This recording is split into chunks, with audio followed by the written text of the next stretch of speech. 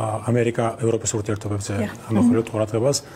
საინტერესოა, იმიტომ რომ ტრამპის ესეთი მახსენდება ახლა პირველი ერთ-ერთი განცხადება იყო, რომ ევროკავშირი შეიქმნა, ასე ვთქვათ, ამერიკის ინტერესების საწინააღმდეგოდ და გასაბუჭებლად და ჩვენ მე ვიხილეთ, რომ ღიად და დაუფარავად უჭერდნენ მხარს იმ ძალებს ევროპაში არჩევნებზე, რომლებიც ასე ვთქვათ მოიაზრება უფრო ან პრორუსულ ძალებად, ან როგორც მინიმუმ ასე თუ პრორუსულ ძალებად არა, დაუშვათ უფრო ულტრამემარჯვენე და რომლებიც არიან ევროსკეპტიკოსები.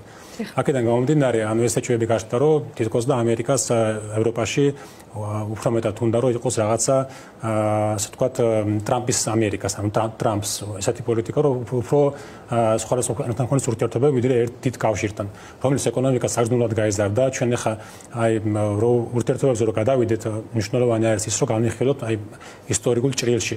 ჩვენ ვიცით, რომ იყო ასე ვთქვათ ორი დამანგრეველი მსოფლიო ომი, ეს მოხდა ყველაფერი ევროპაში, ამას მოყვა ცივი ომი და თქვენ ახლა წარმოიდგინეთ აი შუაგულში, ან ასე ვთქვათ ბერლინში იყო დიდი კედელი.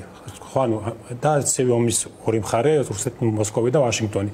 დროთა განმავლობაში, როცა ევროპელებმა დაინახეს ეს კედელი ინგრევა, ხედავენ რომ ეს ფართოვდება ევროკავშირი და კეთილდღეობის რაღაც შენდება, ხო, ანუ ეს ყველა სარგებლობს ამით, ანუ მათთვის დაუჯერებელი იყო, რომ ამას შეიძლება რაღაც საფრთხე შეექმნას. ამიტომ როცა ჩვენ გვესმის კრიტიკა, რომ რატო ევროკავშირს რატო ძინავს ან დაუშვათ რატო აქამდე არ იარაღდებოდა და ამ შემდეგ, ანუ ევროპელების გამოსახედით უცნაური არის, იმიტომ რომ მათ მეაშნათ, რომ დაუშვათ აი რატო არ უნდა უნდოდეს სხვებს, რუსეთს ან ჩინეთს ან ამერიკას, ხო, ყველა ვიცხოვროთ კარგად და რატო უნდა შევიარაღდეთ ყველა, რატო უნდა დაუპირისპირდეთ ერთმანეთს, ხო, ან მათთვის ალოგიკური იყო და ბევრ რამეზე ხუჭავდნენ თვალს, ეს არის სიმართლე. იმიტომ რომ ქონდათ იმის მოლოდინი, რომ რაღაცა დრო გავა და მაინც მიხვდებიან სხვა დიდი სახელმწიფოები, რომ უკეთესი იქნება, თუ ერთმანეთთან ვექნება ყველას კარგი, ასე ვთქვათ, ურთიერთობები. მაგრამ დავინახეთ, რომ სხვანაირად განვითარება უფრო მეტად ასე ვთქვათ, აღმოსავლეთის მხარეს, როდესაც ეს ერთი ვლადიმერ პუტინი, რომელიც 25 წელია უკვე მართავს, სულთა სხვა მიმართულებით მიყავს ეს ყველაფერი და ვთქვათ, მოვედით დღემდე. ანუ სინამდვილეში დღევანდელი პერსპექტივით თავად ევროპის კავშირისთვისაც საკმაოდ ისტორიული ეპიზოდი დგას, ხო? გამომდინარე იქედან, რომ გარკვეულ პასუხისმგებლობებზე, რაზეც თქვენ საუბრობდით, რომ შესაძლოა არ იმჩნევდა, ან არ იღებდა, ან საჭირო დართვილი და ახლა დღის წესრიგში დადგა ძალიან ბევრი პასუხისმგებლობის საკუთარ თავზე აღება და აი დღევანდელი პოლიტიკური მსოფლიო კონტექსტის გათვალისწინებით საომავლოდ როგორც უნდა ვხედავდეთ ევროპას. და რამდენად იქნება ეს დროში, როგორ იქნება გაწერილი, იმიტომ რომ ძირითადი პრეტენზია ზუსტად არის ხოლმე რეაგირებაზე, დროულ რეაგირებაზე და დროულ. ეს არის ყველაზე, ასე ვთქვათ, ეგზისტენციალური საკითხი და კითხვა, რომელიც ახლა დღეს ევროპაში დგას, რაც თქვენ იკითხეთ. და აქ არის ესეთი მთავარი საკითხი, რომ აი აქამდე თუ კი ჩვენ საზოგადოებას ვსრდიდით, რომელიც იყო ორიენტირებული კეთილდღეობაზე და მშვიდობაზე, როგორ გვინდა ახლა ეს საზოგადოება გადავრთოთ, ასე ვთქვათ, სამხედრო ნაწილობრივ მაინც სამხედრო რელსებზე და უფრო მეტად ანტაგონისტურად სხვა ძალების მიმართ.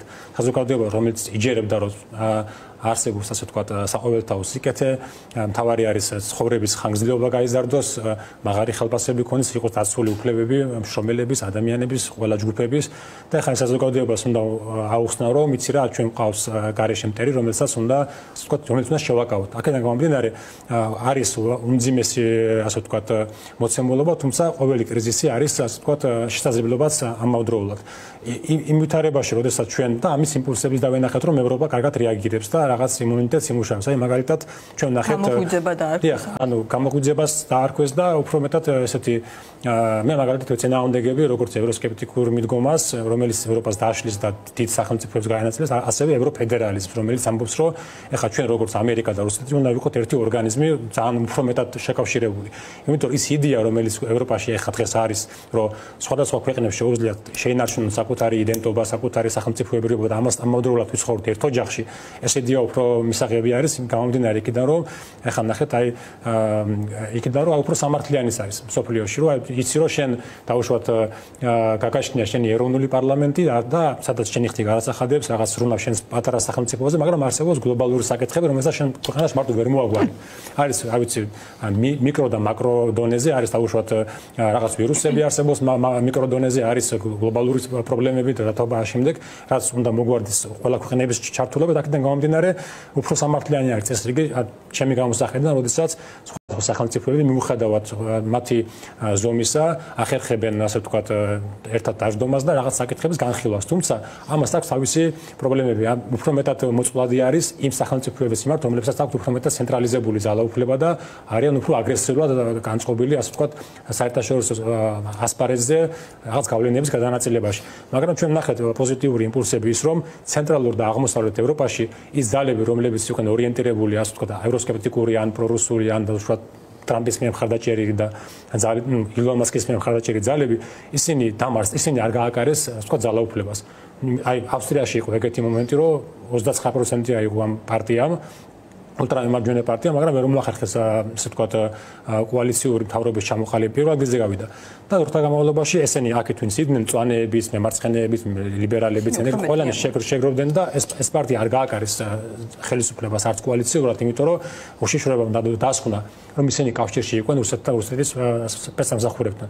იგივე მოხდა გერმანიაში. 20%-მდე ავიდა ეს ულტრამემარჯვენე ალტერნატივა გერმანიის, მაგრამ სხვა ძალებმა ჩამოაყალიბეს. იგივე დავინახეთ, რომ სლოვაკეთში გამოსვლები არის, სერბეთში პროტესტი არის, იგივე ხდება პროტესტი არის უნგრეთში. ჩვენ ახლა აქ არაშუქებენ დიდად, ხო? მაგრამ დიდი პროტესტი არის და დიდი ასე ვთქვათ პერიოდულად, მაგრამ მიშენს ეს ყველაფერი თავს და ხედავთ რა ხდება აღმოსავლეთ ევროპაში. აქედან გამომდინარე ევროპის ყველაზე დიდი გამოწვევა უახლოეს ტრამპის ადმინისტრაციის პირობებში იქნება ზუსტად ცენტრალურ ევროპაში და აღმოსავლეთ ევროპაში.